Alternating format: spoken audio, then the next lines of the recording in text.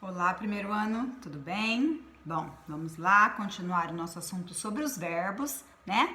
Mais uma aula que nós vamos falar sobre isso. Essa classe gramatical é uma classe gramatical bastante extensa, tem bastante observações para serem feitas, bastante regrinhas, tá? Eu acredito que seja aí uma das classes gramaticais, eu acredito que seja a mais difícil, né? Para os alunos aí, para vocês compreenderem, tá? Porque tem muita coisinha, muita observação. Eu deixei na aula passada aquela atividade para ser feita no caderno a respeito da conjugação dos verbos. E eu acredito que vocês tenham conjugado sem problemas, tá? Talvez, é claro, tenha sido necessário consultar a apostila, dar uma olhadinha, né? Na página 11, tem algumas pessoas que nós não usamos muito, né? Vocês não têm muito costume de usar, por exemplo, tu, o vós, a segunda pessoa, nós não temos o hábito de usar. Então, geralmente, na hora de conjugar os verbos para essas pessoas, os alunos realmente eles acabam encontrando, né? Alguns probleminhas, tendo aí algumas dúvidas, ok? Mas no mais, eu acredito que tenha sido tranquilo. Vocês me ouviram falar na última aula, quando eu falei a respeito do paradigma, né, do modelinho dos verbos regulares, lá da página 11, vocês devem ter percebido que eu falei verbos regulares. E talvez tenham se perguntado, apesar de eu ter falado, né? É aquele verbo que não sofre grandes alterações. Então, mas de onde vem, né, esse verbos regulares? De onde vem esse nome, verbos regulares? Então, é o seguinte, abram a apostila de vocês lá na página 13.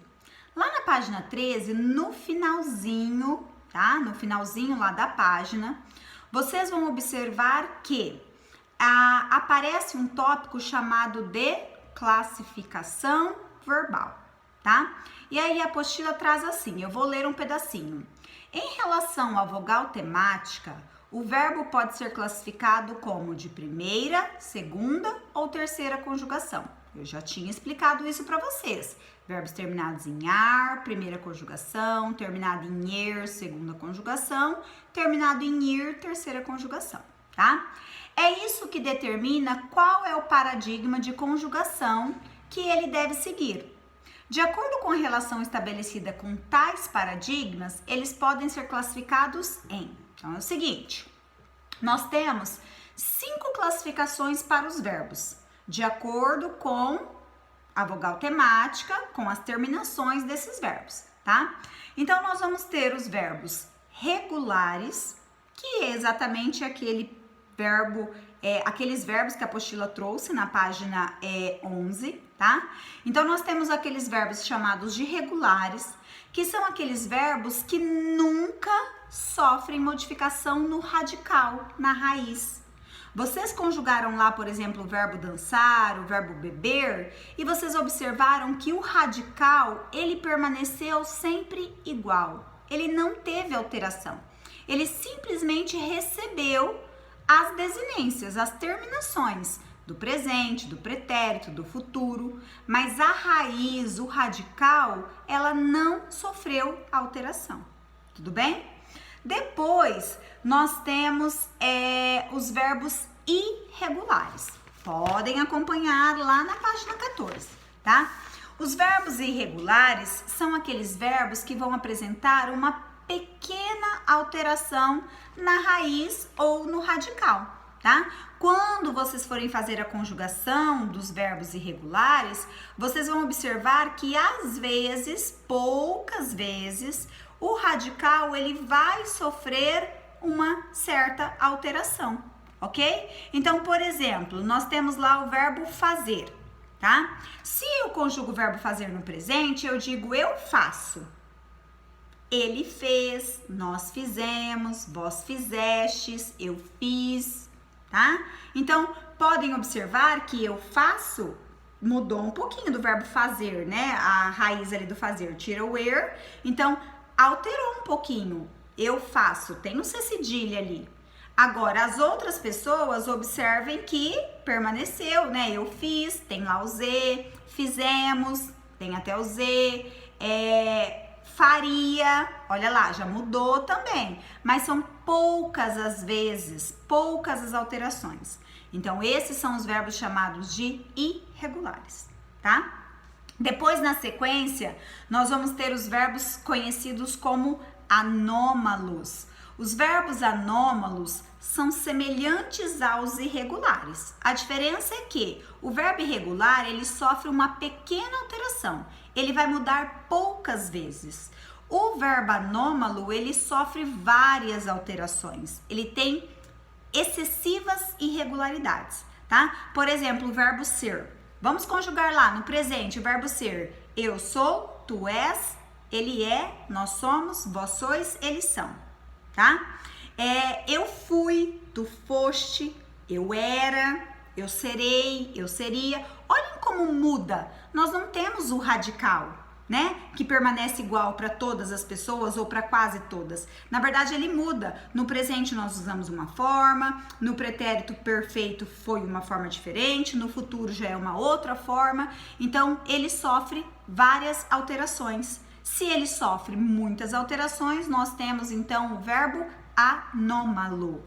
Na apostila, lá na página 14 e na página 15, vocês têm uma tabelinha com exemplos de verbos anômalos e a conjugação desses verbos, mostrando para vocês como que tem várias alterações no radical, ok? Então, podem acompanhar lá, podem observar, acompanhem, sigam a apostila. A apostila, ela serve como material de apoio para vocês. Eu estou falando, eu estou tentando explicar um pouco, mas nada melhor do que vocês conseguirem visualizar, acompanhar isso também. Já que eu não tenho condições aqui, né, de ter um quadro para mostrar para vocês, mas acompanhem na apostila que vocês vão observar isso que eu estou falando, ok? E aí, a última classificação dos verbos são os verbos abundantes. Os verbos abundantes, eles estão relacionados às formas de particípio, tá?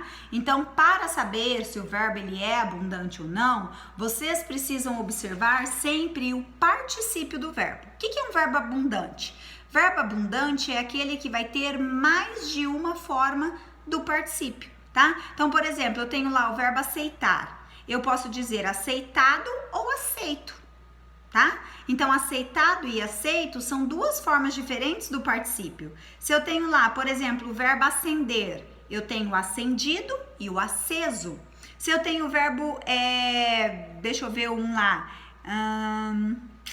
morrer, morrido e morto, ele tinha morrido, né? Ele está morto.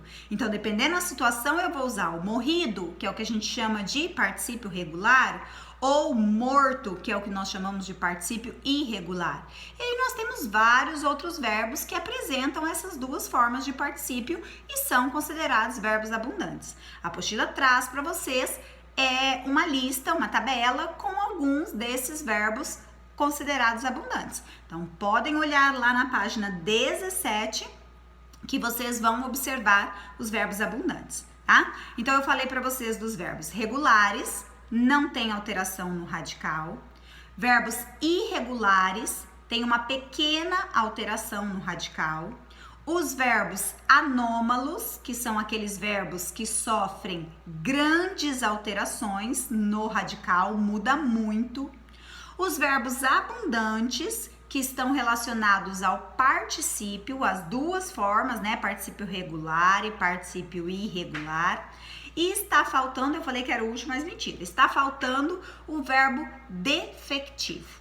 Verbo defectivo, o nome já fala, é aquele verbo que tem um defeitinho, tá? É aquele verbo que não vai apresentar conjugação em alguma pessoa ou em algum tempo verbal. Por exemplo, nós temos o verbo colorir, né? Se você quiser conjugar o verbo colorir no presente do indicativo, como que vai ficar o verbo colorir? Eu coloro? Não existe eu coloro, né? Então, nós acabamos substituindo por eu pinto, por exemplo. Mas o verbo colorir, eu posso dizer ele colore, nós colorimos, eu coloria, eu colorirei, tá? Colorirei? Não tem também, né? Colorirei. É uma outra forma que não tem, tá? Mas se você começar a conjugar, vocês vão ver. Às vezes a gente começa a conjugar e nós até achamos que aquela forma tem uma conjugação. Mas na verdade ela não tem. tá? Por quê? Porque existem esses verbos que nós chamamos de verbos defectivos. Tem esse defeitinho, falta uma determinada forma em algum determinado tempo verbal, tá? Lá na página 17, eu vou mostrar para vocês aqui, ó. Nós temos aqui os verbos, né, defectivos, ó. Então, nós temos aqui no presente, né, ó, não se conjuga somente na primeira pessoa do singular. Então, nós temos alguns exemplos, ó, abolir, aturdir, banir, carpir, colorir, delinquir, demolir. Olha lá, são alguns exemplos. Ou, ó, no presente só são conjugados na primeira e na segunda pessoa do plural. É o caso de adequar, comedir-se, falir. Olha lá, falir. Não tem primeira pessoa, eu falo, eu falho. Não tem, tu fales, tu falhes, né? Só tem, olha lá, no nós e no vós. Tá? Então, o que acontece? Vocês têm aqui alguns exemplos. Claro que são poucos, né? Olha aqui a listinha de verbos abundantes que eu disse para vocês. Ó, então, nós temos vários verbos. Olha lá, salvar, salvado e salvo. Soltar, soltado e solto. Olha lá, prender, prendido e preso. Então, nós temos vários verbos. A listinha tá aqui com alguns exemplos de verbos irregulares, ok? Bom, então... Falando, né, desses verbos defectivos, nós finalizamos, então, as classificações, que, como eu disse, né, então, são 5 classificações. E a apostila trouxe aí para vocês. Então, o que eu quero que vocês façam? Quero que vocês acompanhem na apostila. Sigam essas páginas que eu falei, tá? Que começa aí com a classificação dos verbos. Começou lá na página 13 e vai até a página 17. Leiam a apostila, grifem o que vocês acharem importante, o que vocês acharem interessante destacar, tá? Façam aí esse acompanhamento desses exemplos que a apostila traz para facilitar aí, né, um pouquinho a vida de vocês, ok? Bom, aqueles verbos que vocês tiveram que conjugar da nossa última aula, que é o verbo dançar, o verbo beber e o verbo abrir, eu vou enviar para vocês a conjugação desses verbos para que vocês confiram o que vocês fizeram aí, para ver se vocês acertaram aquilo que vocês fizeram também. E aí, se vocês tiverem alguma dúvida, lembrem-se que eu estou sempre aqui à disposição, ok? Hoje, a nossa única atividade vai ser o trabalho com a apostila. Vai ser grifar, destacar, fazer alguma anotação aí que você ache interessante, tá? Por quê? Porque os exercícios que a apostila traz são exercícios que vão envolver ainda a questão da conjugação do modo imperativo. E o modo imperativo, ele precisa de uma explicação à parte, tá? Ele precisa de uma explicação extra, porque na verdade nós temos um comando, nós temos uma regrinha, vamos dizer assim, para conjugar. Então, como eu não consigo explicar tudo nessa aula, que daí fica uma coisa muito extensa, muito longa, então eu vou deixar o imperativo para a nossa próxima aula e aí sim nós faremos os exercícios que a apostila traz, ok? Então, façam o que eu pedi na apostila. Qualquer dúvida, qualquer problema, qualquer dificuldade, estou aqui à disposição. Podem me enviar as dúvidas que eu estarei pronta para esclarecê-las, ok? Próxima aula eu volto e nós continuamos. Até mais!